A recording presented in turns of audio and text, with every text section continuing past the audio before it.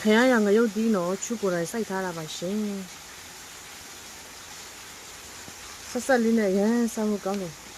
မိုးကလည်းအေးအေးလေးနဲ့ဆိုတော့ဒီရတော့ကြည့်ပါဦးကြည့်ရတာအရန်စိတ်ချမ်းသာတယ်ကွာမကြည့်ဒါဒီ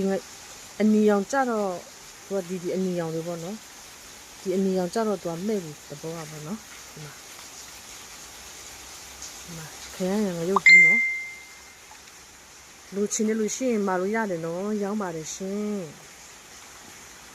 မိုးကအေးအေးနဲ့ဆိုတော့ဒီမှာ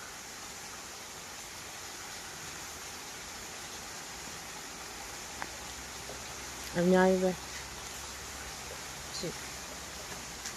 အများကြီးပဲရာဒီဥတော့လဲတတရရနဲ့ကိုစိုက်ထားတဲ့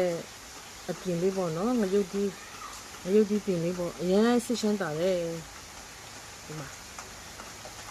ရာဒီဥတော့လဲမိုးကလည်းအေးအေးလေးနဲ့စင်းစစ်ဆူဆူလေးဆူဆူပြေလေးပေါ့